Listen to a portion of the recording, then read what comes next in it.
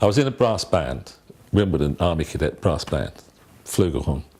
And this woman came around the school, and I promise you her name, she was a school board officer. And I wasn't in Borstal, but I know she was called a school board officer.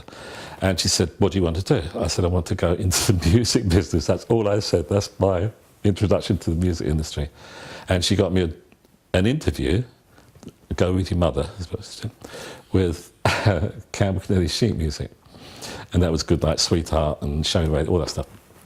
Anyway, George Seymour, who was my boss, fantastic, fantastic man. So I never said a word. My mum done all the talking. She said, will he get lunch vouchers, Mr. Seymour? And he went, no, but I'll make sure he eats. And then, which became a pain, because all the other boys would be at the pub and things. I had to go around the corner and have spam and chips or something. Oh, it was great. It was just, in offices were all round, there was all the arranger and the copyist. So that was proper music publishing. A piano in every room. I mean, great days. You had Dickie Valentine, and those people were coming in, setting the keys. And I'm old, but not that old. And because I caught the tail end of that industry, of the music industry, where they used to sit at the end of a pier and sell sheet music. I caught a bit of that. So then the Aberbarks, and it was run by a man called Franklin Boyd, who was a singer.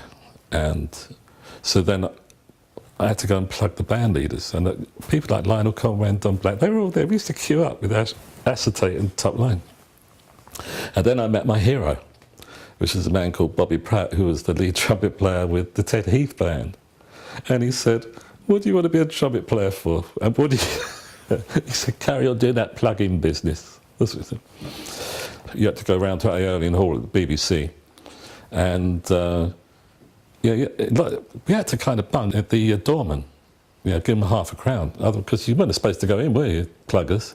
So then Franklin Boyd calls me upstairs, because I was in the basement, this big office, and they said, okay, would you like to be a plugger? I haven't got a clue what he's talking about, but then they kind of explained it, and so I said, yeah, great, brilliant. So my first meeting, they were dishing out. This is a strange thing. They never played the product. They never played the product. It's like, oh, Elvis, because Belinda Aberbark was the publishing house in the world at the time. They had everything. They would go, oh, jealous, or whatever it was. Jeff got his name there. Jeff gets that, or they sling it. I just sling the record, and he went, Runaway, Del Shannon. Yeah, Milk. That was it. And it was #1 in America as well. And so then I had to phone London Records. Funny enough, if I'd known what I knew 3 or 4 years later, I would have got in the studio with Ray Pilgrim and covered Runaway. There's no question I would have done it. But then I was just scared that was going on anyway. It was the beginning. That was the beginning of rock and roll. They had blue suede shoes and stuff like that. And but we never realised it was happening. We never realised it was happening. Rock Around the Clock just meant nothing to me. In fact, I was almost disgusted that people were kind of like tearing cinemas up.